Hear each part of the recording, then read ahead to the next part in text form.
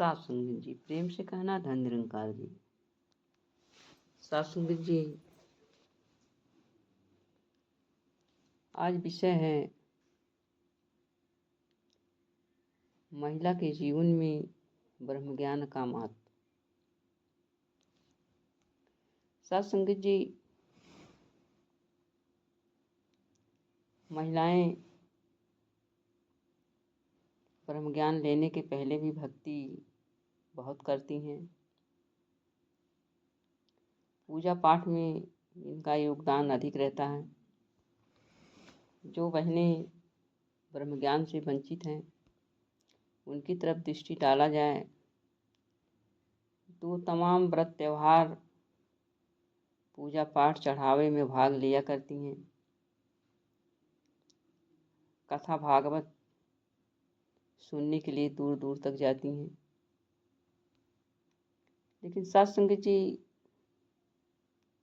उनकी भक्ति वो अंधेरे में हो रही है। उससे जीवन में कोई खास बदलाव नहीं आता है। लेकिन जब इस निरंकार की कृपा से उनके जीवन में सद्गुरु आ जाते हैं और सद्गुरु दया करके जब इनकी झोली में ब्रह्म ज्ञान डाल देते हैं, तो इनके जीवन में क्रांतिमय बदलाव आता है। कहा गया है कि महिलाओं के ऊपर गृहस्थी का भार 80% होता है। यानी पूरे गृहस्थी का भार इन्हीं के ऊपर ज़्यादा होता है। घर को सजाना संवारना, बच्चों की पूरी जिम्मेदारी, रिश्तेदारों आदि को अच्छे से आगे चलाना। सत्संग जी, आज के आधुनिक युग में जब ये डिजिटल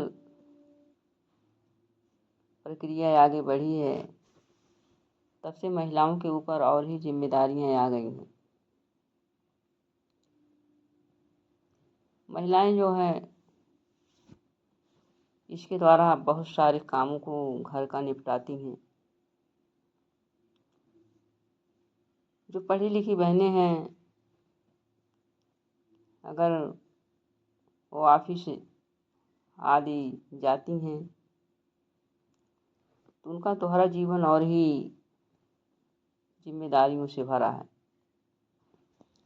सत्संग जी, ये सारी जिम्मेदारियां ब्रह्म ज्ञान आने के बाद इतनी आसानी से निपटा लेती हैं तो पता भी नहीं चलता है। क्योंकि सद्गुरु माता जी की कृपा से धैर्य एवं सहनशीलता की मूर्ति तो पहले से बताई गई हैं, लेकिन इनकी सिखलाई के द्वारा आज हमारे जीवन में धैर्य एवं सहनशीलता बढ़ती ही जा रही है। क्योंकि इनकी सिखलाई है कि जो भी कार्य होता है वो परमात्मा की कृपा से होता है, और जब होता है वही उसका समय होता है, उसके पहले नहीं हो सकता है। और जितना हमारे हिस्से में है उतना ही आता है, और परमात्मा जो भी करते हैं अच्छा करते हैं। ये सारी चीज़ों की जानकारी जब हमें हो गई तो हम हर काम में को किसी भी प्रकार से उतावलेपन से नहीं, धैर्यपूर्वक करते हैं। होता है तो इनकी कृपा, इसमें हमारी भलाई है, और नहीं होता है तब भी इनकी कृपा, इसमें हमारा नुकसान है, ये हमारी हानि के लिए था। इसीलिए सद्गुरु ने इसे हमें नहीं दिया। सत्संग जी, ये सारी सिखलाइयाँ जो है हमारे जीवन में ब्रह्म ज्ञान के बाद ही आती हैं। और सेवा का भाव तो सद्गुरु की कृपा से ही हमारे जीवन में आ रहा है। ब्रह्म ज्ञान लेने के पहले जो कार्य हम घर में करते थे उसको बोझ समझते थे, और घर के और परिवारों के लिए कुछ भी करना, चाहे रसोई बनाना, ही बहुत भारी लगता था। और इसके आगे की सेवा, कपड़े धुलना, उनके दुख सुख में साथ देना, ये तो बड़ी दूर की बात है। लेकिन आज ये सिखलाई है कि सेवा का भाव जब आया है तो हम कितनी सेवा कर ले जाएं,